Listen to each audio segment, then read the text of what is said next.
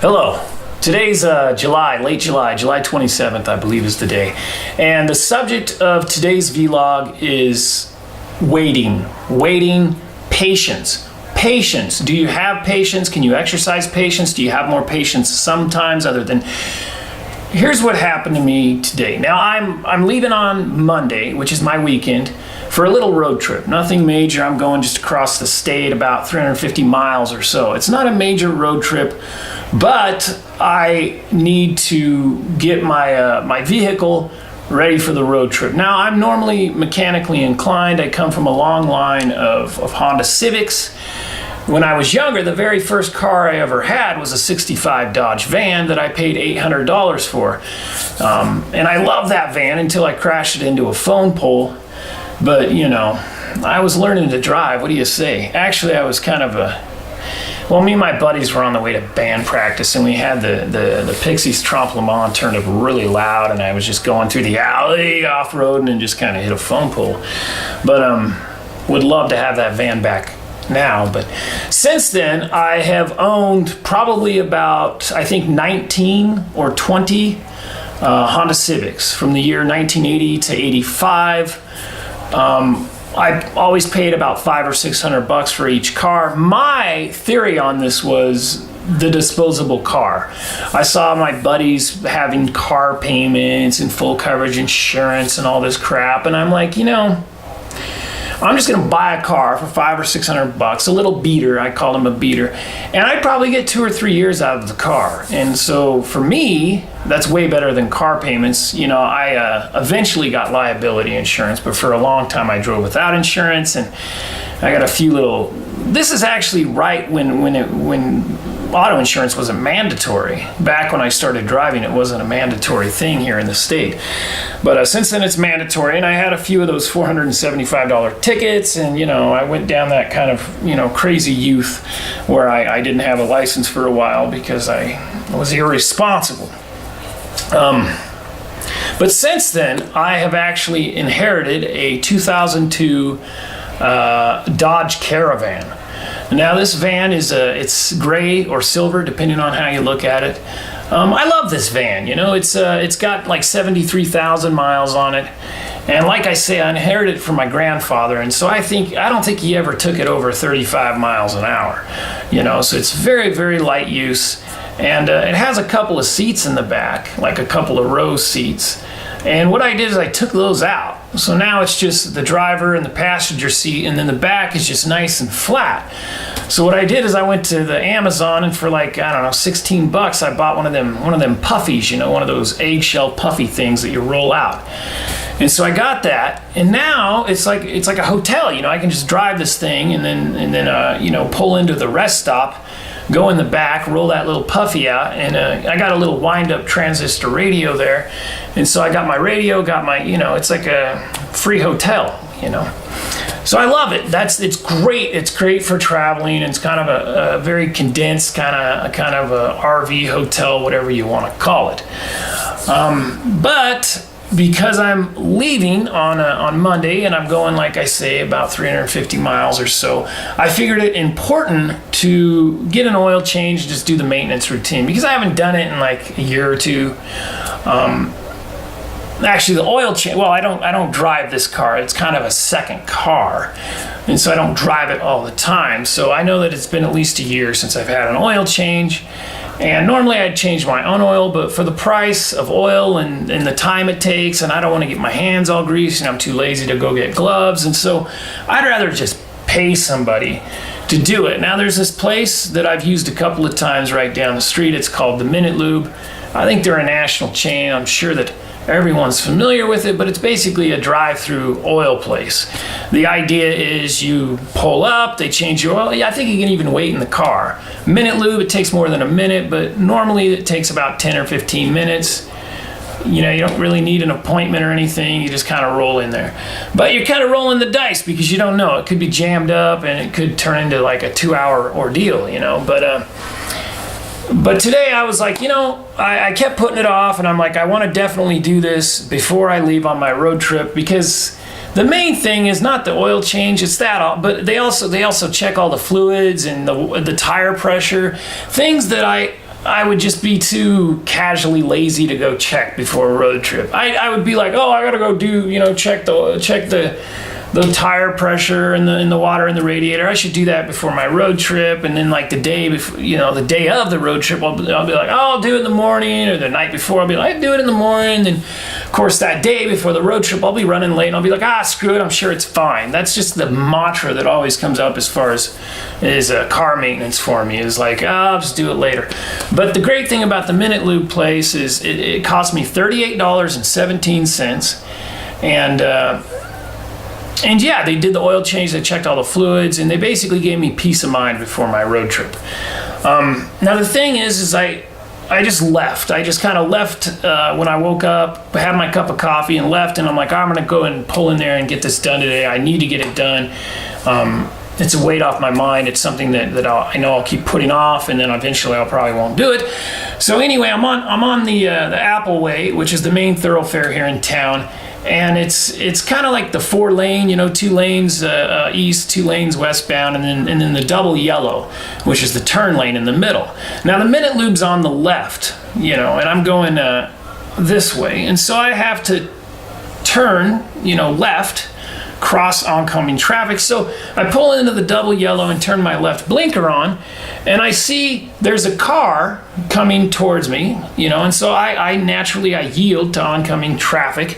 And then right as they get to the turn in the Minute Lube, they instantly turn their right blinker on and do like a California stop right into the Minute Lube. And I'm like, geez, if I would have left the house a full second, a full 2, a full 3 seconds earlier, I could have got ahead of this person. Now, the thing is they have a bay for the Minute Lube. They have 2 car bays, and then they also have like a little bank of car washes. So I'm thinking, they're probably just getting their car washed. As I pull in, I see that of the 2 oil changing bays, one of them has a car in it and one of them's empty. Now, the person that, I don't want to say cut me off, but the person that didn't use their blinker, and which if they would have had their blinker on, I probably would have turned, just because assuming they had to slow down a little bit to turn. I assumed they're going straight, and it was kind of close. If I would have known they were turning, I would have cut. I would have turned, because I know potentially they could end up in front of me. Not only that, but potentially they would slow down, which would give me a little extra time to turn. But I'm in a casual mood, I'm not in a hurry, and so I'm like, I'll just yield to oncoming traffic, not knowing that they're turning and they're gonna end up right in front of me. They don't go to the car wash, they go to the empty bay, one of the 2 bays in the oil changing place. And so I'm like, okay, well, I had the option to pull behind that car or the car that was already there. I'm thinking maybe they're finishing up. So I pull in there, I pull behind the car that's already there, and sure enough, the guy comes out, and I see the brake lights turn on the car in front of me. So I'm like, oh, okay, he's got his foot on the brake. He's probably just getting ready to. He's probably putting the keys in the ignition and heading off. No, he gets out of the car, goes back in, and I don't know what's going on. But eventually he leaves, so I pull into the empty booth. Now, the car that got in there ahead of me, when I got there were 2 guys working, 2 guys kind of scrambling around. Right as I get there, the one guy, who I guess was the supervisor, left for break. He left to go on a lunch break or something, I don't know, which is weird because it was like, 2 in the afternoon. Anyway, so basically you got a one-man army in there now. And I go in there and I see the one guy there, and the guy in front of me is just finishing off. So he's like, oh, here's your keys. All right, here, let's run your debit card. All right, you're all done. Drive safe, blah, blah, blah. Now, the person who ended up in front of me, because they didn't use their blinker and I didn't leave the house a second earlier, doesn't know what they're doing. They're like, oh, what kind of oil? There's a crack in my window. Do you guys do windshield repair? Oh, okay, well, there's a clicking noise. Do you do this? My so-and-so has a car. Can you do their car? What color is a good paint? What goes good with red? I'm thinking about getting some white walls on, just it's just like a never-ending spew of just like, I know exactly what I want. I know I'm ready to give the guy my debit card, and the guy's ready. But no, this person, they don't know what they want. They don't even know if they want to get their oil changed. And then eventually they decide, oh, okay, for some reason, they decide to get their oil changed. And with there only being one guy there, he's like, oh, I have to get this car before I can do your car. Your car's front wheel drive, so it's much quicker, which doesn't make sense to me, but whatever. So anyway, for some reason, I'm in a very good mood, a very just kind of chill mood. I'm just the waiting for this person to decide what they want and for this person to actually get their oil changed. It was unsettling. I felt like, why do I mean, I guess maybe because it's like later on tonight I have to hit the time clock. In other words, I am on like a time crunch, and there were a few things I wanted to do before work. And so I'm thinking this will be quick, minute lube. This is going to be a 15-minute thing. I'm like, it'll probably take a half hour at the longest. I was there for an hour and 20 minutes, and it was hard for me. And this brings us to our topic today about patience, about waiting. Why is waiting so hard? Now, is patience and waiting, is it difficult if you know there's another option? In other words, I was mad at myself for not leaving the house. Like right as I was getting ready to run out of the house, I grabbed a banana and I'm like, oh, I'm gonna eat a banana on the way over. Now, if I would have just ran out of the house and not grabbed the banana, basically the banana cost me, 40 minutes because I knew exactly what I wanted. And I know if I would have been, if the guy would have helped me first, I would have been out of there in 15, 20 minutes tops because I knew exactly what I wanted. And like I say, there's only one guy there. It just happens to be the fact that the supervisor or the second person working happened to go leave on break. And so I'm kind of like stuck with this hour 20 wait, which if I would have known ahead of time, I would have been like, not today. But instead, I was like, how long is it going to be? The guy's like, oh, I got to do her car and this and then, and I'm like, I thought about leaving, but I'm like, I need to get this done. It will feel like good to have this done. It will be a weight off my shoulder. And therefore, I stayed, I stuck it out, hour 20, all the fluids, the water, the tire pressure, the oil change, it's all done. It's done. I don't have to worry about it. The car drives great. I'm like, all right, peace of mind. But during that hour 20, I was, they have magazines there. Like, why? I don't know why they have magazines. Everybody's on their cell phone. So I was on my cell phone, reading blogs, doing my thing, checking out my stuff, checking out what's going on in the world, reading the CNN, which, by the way, we have a blog coming up. A vlog coming up on politics. So you have to subscribe and stay tuned for that because that's going to be a real barn burner. Anyway, we got that coming up in the future. But in the meantime, we're going to finish this vlog by saying what is so hard about waiting? What is so long about patience? And is it because for me, I felt like I had somehow made a bad decision that had cost me basically 40 minutes of my time or an hour of my time. The fact that I didn't just get out of bed and go there right away. Like I kind of staggered, or not staggered around. I didn't wake up drunk or anything, but I just kind of lollygagged around. I wasn't like instantly out the door. And because of that, I ended up having to wait that extra time. I happened to go there right as they were at their least, they had their least amount of staff. But is it variables? Is that what makes waiting, like if there's no variables? In other words, if you go to the doctor's office and you're in the waiting room there you're stuck. There's no variables. Like nothing you could have done is going to make anything change, anything different. In other words, you're stuck with that wait. I guess it's similar to the oil change, but I was just really upset at myself for not leaving the house a few seconds earlier.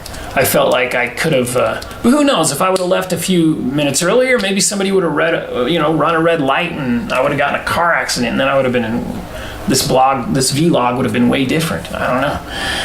But anyway, yeah, give me the feedback. Give me your thoughts on patience and waiting and why it's easy. Sometimes waiting for me is very easy. I'm very, very patient. And sometimes it's like if I have to wait 5 minutes, I'm just really irritated. Not necessarily angry, just irritable, you know? And what do you think? What are the things that the variables, if you will, that make waiting easy or waiting difficult? And how do you combat agitation and patience? How do you maintain a good patience in being you know, as far as, is it good time management? Is it you know, is it maybe the fact that there's other places you'd rather be or other things you'd rather be doing? Because that's something that enters my mind a lot. Is like, I'm here, I need to be here, it is what it is, I need to be patient, this is worth it. What if I have a tire blowout or the engine, you know, what if some, you know, I have to call a tow truck. Let's say I'm like, I don't want to wait an hour, and then on my road trip I have to call a tow truck, or I have to abandon my car because I'm too cheap to call a tow truck. I don't have the AAA. So this is important to understand that's how I combated it. Instead of like, because I was agitated for the first half hour, and then I just started to relax. I'm like, this is where I'm supposed to be. This is what it is. This is what it is. I left the house exactly when I left it. This person who doesn't know what they want, who's having all kinds of problems with their oil change, was 2 seconds ahead of me. Therefore, they get their car serviced first. It's just how it is. Just deal with it. It could be a lot worse. What if there's a 2-hour wait? You know, or what if you did leave the house 2 seconds earlier, and like I said, you got in a car accident because somebody ran a red light? You know, so I guess just really, really focus and concentrate on the fact that there's nothing you can change about the situation. And when I started like that mindset, the wait got a lot easier. My patience was more, I had more patience, and I was more at ease with the current situation. Because I know that when I start the car in the morning to go on my road trip, I'm gonna feel that wait was totally worth it, because I'm not stressed about, you know, the car dying or something on the way over there. So anyway, let me know your feedback. How do you deal with patience? How do you advance? How do you what is the term I'm looking for here? How do you maintain good patience? How do you do that? You know. Anyway, please subscribe. Give a thumbs up. Give a thumbs down. If you're already subscribed, unsubscribe. That's something you don't hear often. But yeah, leave a comment below. And if there's anything that anybody wants to talk about for future vlogs, please leave that in the item description below, because I just come off the top of my head. Today I wanted to do something with patience and you know, the difficulty of waiting, why it's so hard sometimes and not hard other times. And I wanted to make that kind of like the kind of the subject of today's vlog, just because I was feeling that in the waiting room there at the oil change place. I was feeling that just frustration, and I'm like, you know, I'm just going to make that the vlog for July 27th. So anyway, I'm going to keep coming to you, so subscribe. And like I say, we got some political vlog stuff coming up, so ooh, that's exciting. It'll be sharp, it'll be well-rounded. All right, we'll see you guys again. Thanks now.